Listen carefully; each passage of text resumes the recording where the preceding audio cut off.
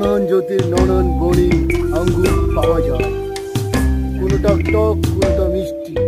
যেগুলো হচ্ছে টার্টারিক অ্যাসিডের পরিমাণটা একটু বেশি, সেটা হচ্ছে টক। যেটার মধ্যে ম্যালিক অ্যাসিডের পরিমাণ বেশি, সেটা মিষ্টি।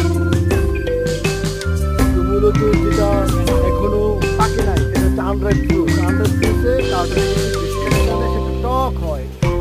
আর যেটা পেকে গেছে মানে রাইপ, সেটা আমাদের সুগার কন্টেন্ট পার্সেন্টেজটা বেড়ে যাওয়ার কারণে সেটা ম্যালিক অ্যাসিডের পরিমাণটা বেশি হয়, এই কারণে সেটা খেতে মিষ্টি লাগে।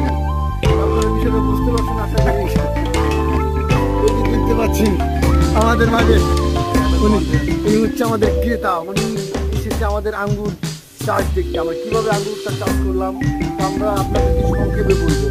আমাদের তেমন কষ্ট হয় না, আমরা জাস্ট সিলেট থেকে এটা চারা নিয়ে এসেছিলাম, চারাটা এনেই আমরা লাগিয়ে দিয়েছিলাম মানে উনি জিজ্ঞাসা করতেছেন যে কতদিন লেগেছে।